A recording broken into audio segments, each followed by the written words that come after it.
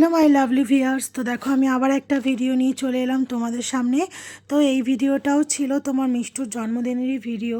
তো মিষ্টুর জন্মদিনের আরও কিছু ভিডিও আছে যেগুলো আমি এখনও এডিট করা হয়নি, তার কারণ আমার দিদার শরীরটা খুবই খারাপ। তো যার কারণে আমার সত্যি কথা বলতে ভিডিও এডিট করে আর এই ভিডিও পোস্ট করতে একদমই ইচ্ছা করছে না। তো এইদিকে দেখতে পাচ্ছ আমি বসে বসে এখন দুধটা জাল দিচ্ছি আর ইন্ডাকশানে। তো এটা আমি করতে চলেছি তোমার ঠাকুরের জন্য পায়েস ভোগ, যেই পায়েসটা মিষ্টুকেও জন্মদিনে দেওয়া হয়। এদিকে মাসি তো রান্নাঘরে রান্না করছিল। তো তারপরে দেখো পায়েসটা করে নিয়ে আমি চলে এসেছিলাম ঠাকুরকে পুজো করতে। তো এইদিকে দেখো আমার পুজো করা কমপ্লিট হয়ে গেছে।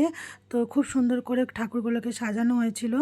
তো এইদিকে দেখো তারপরে লেখা হচ্ছে ওয়েলকাম, মানে মিষ্টুকে ওয়েলকাম করা হবে, যেহেতু ও হোস্টেলে থাকে আর কি পড়াশুনো করতে।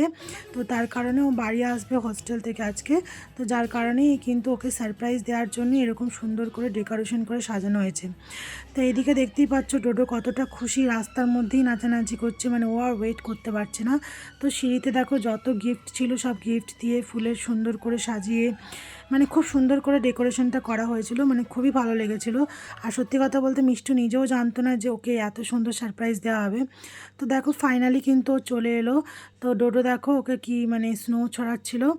তো ও চলে আসার পর ও দেখে তো পুরো সারপ্রাইজড হয়ে গেছে, মানে যেটা আর কি আমরা সবাই চেয়েছিলাম ফাইনালি সেটাই হলো, যে ও সারপ্রাইজড হয়ে খুবই খুশি পেয়ে গেছিলো। তো খুবই ভালো লাগছিলো দেখতে।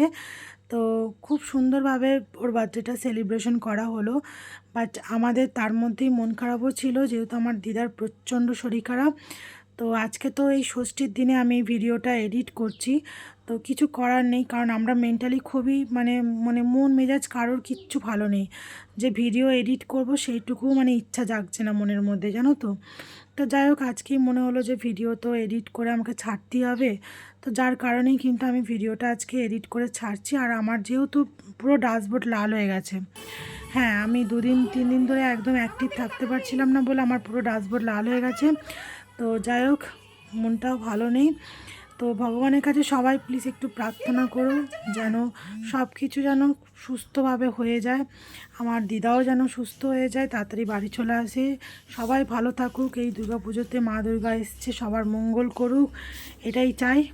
তো সবার জন্য আমি প্রার্থনা করি সবাই ভালো থাকুক। তো এটাই, আর কিছু না। তো বাড়িতে এখন সত্যি সেরকম মানে মনোভাব নেই। তো যাই হোক মিষ্টু দেখো উপরে চলে আসার পর এখন তোমার গিফটগুলো কেউ খুলতে চলেছে, যে দেখবে। তো ওকে বারণ করছিলাম যে না না এখন খুলিস না, একটু পরে খুলবি।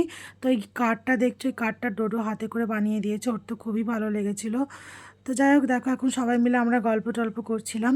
তো ভিডিওটা ভালো লাগলে অবশ্যই লাইক করে কমেন্ট করে সঙ্গে থেকে চলো টাটা বাই বাই, সবাই খুব ভালো থেকো।